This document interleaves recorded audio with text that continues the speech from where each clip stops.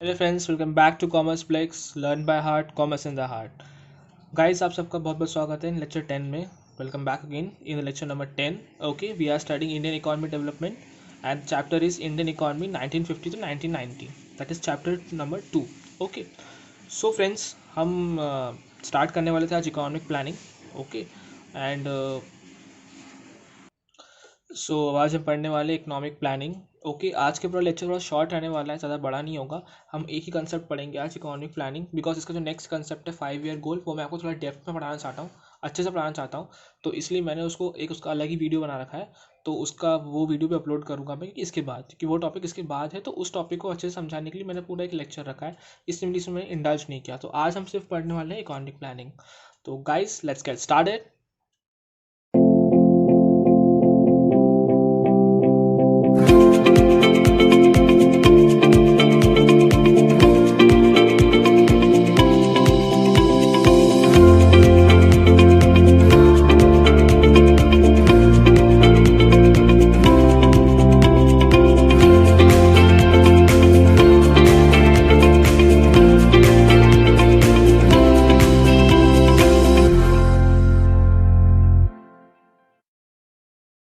Okay, welcome back again to Commerce Plex the lecture the topic that is economic planning.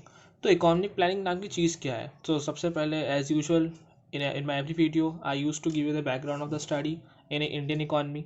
तो हम थोड़ा background पढ़ लेते हैं कि क्या ज़रूरत पड़ गई थी कि इकोनॉमिक प्लानिंग को इंट्रोड्यूस करना पड़ा, और इकोनॉमिक प्लानिंग आई क्यों। After adopting the mixed economy, हमने लास्ट लेक्चर में पढ़ा था कि हम 3 टाइप की इकोनॉमी होती है: capitalistic economy, socialistic economy and third is mixed economy. तो हमने इंडिया ने क्या अपनाई थी? Mixed economy.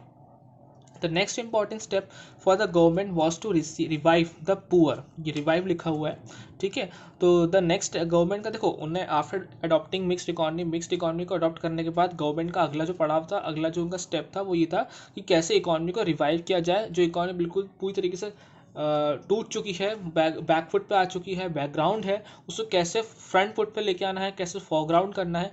तो उस चीज़ के लिए हमको क्या ज़रूरत थी? किस चीज़ की ज़रूरत थी? हमको ज़रूरत थी क्या?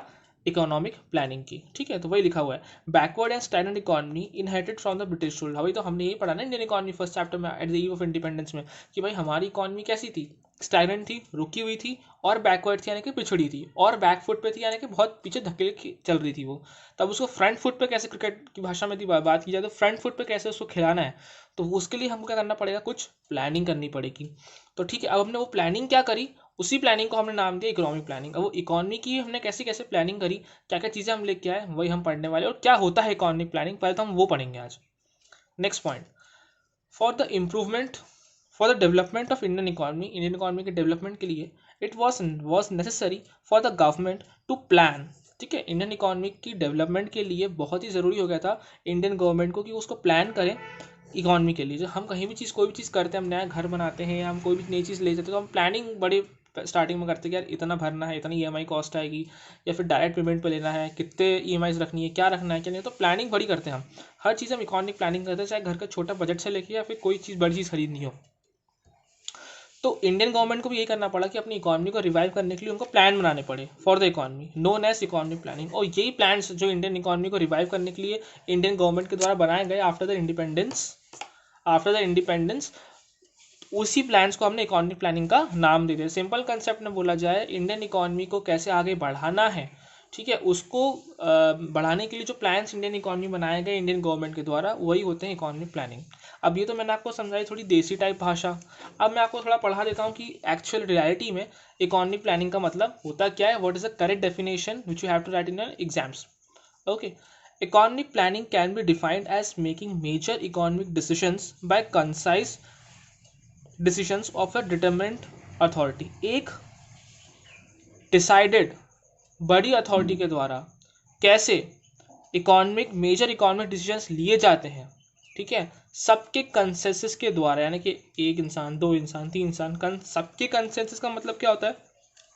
पार्लियामेंट होती है, राज्यसभा होती है, लोकसभा होती है, कोई भी चीज़ लेनी हो, या फिर पीएमओ होती है। पीएमओ में क्या होता है? प्राइम मिनिस्टर के सारे ऑफिसर्स सारे ऑफिशियल, सारे मंत्री बैठते हैं, ऑल सेंट्रल मिनिस्टर्स वहाँ बैठते हैं, ठीक है, इंडिपेंडेंट चार्ज या फिर डिपेंड स्टेट चार्ज सब बैठते हैं वहाँ पे, ठीक है, और तभी कोई एक बड़ा फैसला इकोनॉमी का लिया जाता है।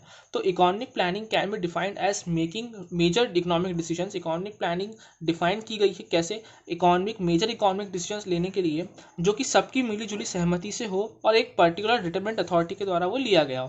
क्योंकि क्या होता है, हर चीज़ को देखो, प्राइम मिनिस्टर कंट्री को लीड करते हैं लेकिन उनके पीछे बहुत से लोगों का हाथ होता है, ठीक है, बहुत से उनके मिनिस्टर्स का हाथ होता है, बहुत से उनके क्या बोलते हैं डिप्लोमेट्स का हाथ होता है, बहुत से लोग आते हैं, लेकिन फ्रंट में कौन लीड करता है, प्राइम मिनिस्टर।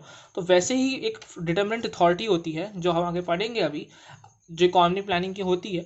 तो वो डिटरमिनेंट बॉडी जिसको आज के टाइम पे हम नीति आयोग के नाम से जानते हैं, पहले वो कभी प्लानिंग कमीशन थी, अब आज के टाइम पे हम उसको नीति आयोग के, मैं भी नाम वो इंट्रोड्यूस नहीं कर रहा था क्योंकि वो नेक्स्ट पेज में इंट्रोड्यूस करूंगा, लेकिन अब ठीक है ज़रूरत पड़ गई है आपको समझाने के तो मैं यूज़ कर लेता हूँ। आज के टाइम पे पहले प्लानिंग कमीशन था, उसके चेयरमैन होते थे हमारे कंट्री के प्राइम मिनिस्टर यानी प्रधानमंत्री हुआ करते थे। सारे डिसीजंस उनकी कैबिनेट में जितने भी प्लानिंग कमीशन के लोग सिलेक्टेड होते थे, पर स्टेट गवर्नर भी उसमें, हर स्टेट के चीफ मिनिस्टर के उसमें हिस्सा होता था। तो सबके द्वारा मिलजुल के इकोनॉमिक हिस्सा बनाया जाता था। गवर्नर्स भी इन्वाइटेड थे उस प्लानिंग कमीशन में, कई सारे स्टेट्स के चीफ मिनिस्टर भी इन्वॉल्व थे। तो बहुत बड़ी प्लानिंग कमीशन थी, लेकिन उसको after governing of the Modi government वो चीज़ चेंज हुई और वो कन्वर्ट हो गया किसमें, नीति आयोग में, ठीक है। तो NITI Aayog was formed in the 1 January 2015 after the coming of the Modi government. तो वो चेंज करके नीति आयोग में बना दिया गया था और चेयरमैन हमारे honourable prime minister that is Shri Narendra Damodar Das Modi थे उसके, और अभी भी हैं। और वो चेंज होकर नीति आयोग हो गया है। तो वो एक डिटर्मिनेंट अथॉरिटी रहती है जो सबके कंसेंसस यानी पूरी कंट्री के सारे मिनिस्टर्स के द्वारा, सब लोगों के द्वारा, सारी चीज़ों के द्वारा इकट्ठा बैठ के एक जगह पे सबका कंसेंसस के द्वारा, सबकी सहमति के द्वारा डिसीजंस लेके ही इकोनॉमिक डिसीजंस लिया जाता है। Okay, on the basis of comprehensive survey of the economy as a whole, पूरी इकोनॉमी का, पूरे कंट्री की इकोनॉमी का, हर एक स्टेट से लेके हर एक यूनियन टेरिटरी से लेके सब जगह सर्वे करवाया जाता है। सारे prime ministers, sorry chief ministers of the state से कंसल्ट कर ही उसके बाद हर डिपार्टमेंट का अलग अलग मिनिस्ट्री दे दी गई नीति आयोग में, सबके डिफरेंट डिपार्टमेंट्स दे दिए गए हैं। फिर वो हर मिनिस्टर, सेंट्रल मिनिस्टर अपने अपने डिपार्टमेंट के सर्वे करवाते हैं, सब लोगों से जान पहचान करवाते हैं। मतलब सर्वे में यही तो होता है ना कि आप क्वेश्चंस को रिवील करवाते हैं, पब्लिक उसका आंसर देती है। तो मतलब मेल मिलाप होता है मिनिस्टर का अपनी प्रजा के साथ या अपने गवर्नमेंट के साथ या फिर अपने जो भी स्टेट ऑफ द असेंबली जहाँ से भी चुनाव लड़े हैं उस जगह को लेके।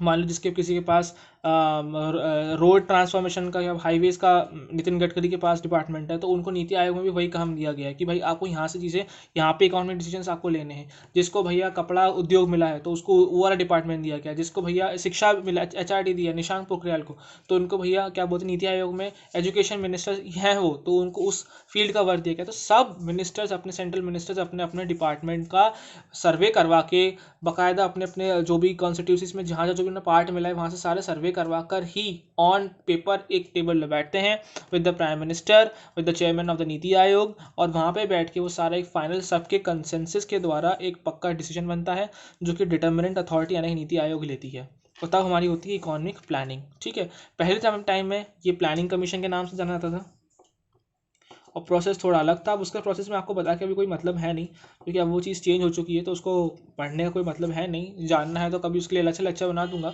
लेकिन अभी नीति आयोग आ चुका है आपके, ठीक है, तो मैंने उसके बारे में आपको हल्का हल्का ब्रीफिकेशन से दिया। खैर आपने जब बैचलर्स करेंगे या अपना मास्टर्स करेंगे तब आपको और अच्छे से चीज़ें बता दी जाएंगी, ठीक है। अभी के लिए नीति आयोग में जो जो होता था, क्या क्या होता है, कैसे कैसे होता है, वो मैंने आपको बता दिया कि भाई चेयरमैन जो होते हैं उस नीति आयोग के वो हमारे प्राइम मिनिस्टर होते हैं।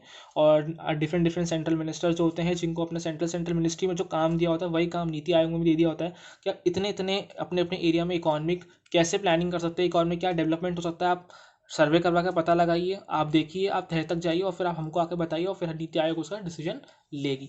तो सबको ऐसे ऐसे काम दिए गए हैं, सबको ऐसे ऐसे किया गया है, तो ठीक है, रिप्लेस हो गया है प्लानिंग कमीशन से नीति आयोग रिप्लेस हो चुका है। याद रखना फॉर अच्छा है जनरल नॉलेज के लिए, 1 जनवरी 2015 में इंट्रोड्यूस हुआ था, just after the Modi government को 6 महीने भी नहीं हुए होंगे, उसके पहले ही वो चीज़ 6-7 महीने के अंदर ही अंदर उनको नीति आयोग ले आए थे। ओके, अब हम बढ़ते हैं हमारे नेक्स्ट टॉपिक के ऊपर, मतलब इसी टॉपिक के ऊपर नेक्स्ट पॉइंट में। To make economic planning effective, economic planning को इफेक्टिव बनाने के लिए, कारगर बनाने के लिए, the government of India set up a planning commission. देखा, वही हुआ, मैंने अभी आपको नीति आयोग पहले ही बता दिया, और प्लानिंग कमीशन का नाम वहाँ ना लेके वहाँ यहाँ आता, इसलिए मैंने वहाँ नहीं ले रहा था, लेकिन समझाने के लिए लेना पड़ा। तो अब हम बात करें कि मतलब प्लानिंग कमीशन बनाया गया। नीति आयोग तो अब खैर बन गया है, चेंज होकर अब नीति आयोग हो चुका है, लेकिन पहले तो प्लानिंग कमीशन मिला था जब हमें इंडिपेंडेंस मिली थी in 1950 with the prime minister as a chairman. वही तब भी चेयरमैन प्राइम मिनिस्टर ही थे, और आज भी नीति आयोग के नाम बदला है, काम करने का थोड़ा सा तरीका बदल गया है, लेकिन चीफ जो चेयरमैन जो है वो वही रहे, प्राइम मिनिस्टर ही रहे, चाहे वो प्लानिंग कमीशन के वक्त की बात हो 1950 की बात हो, या फिर चाहे वो आज 2020 की बात हो, या फिर 2015 5 साल पहले 1 जनवरी को जब नीति आयोग फॉर्म हुआ था तब की बात हो। Chairman was the prime minister, ठीक है।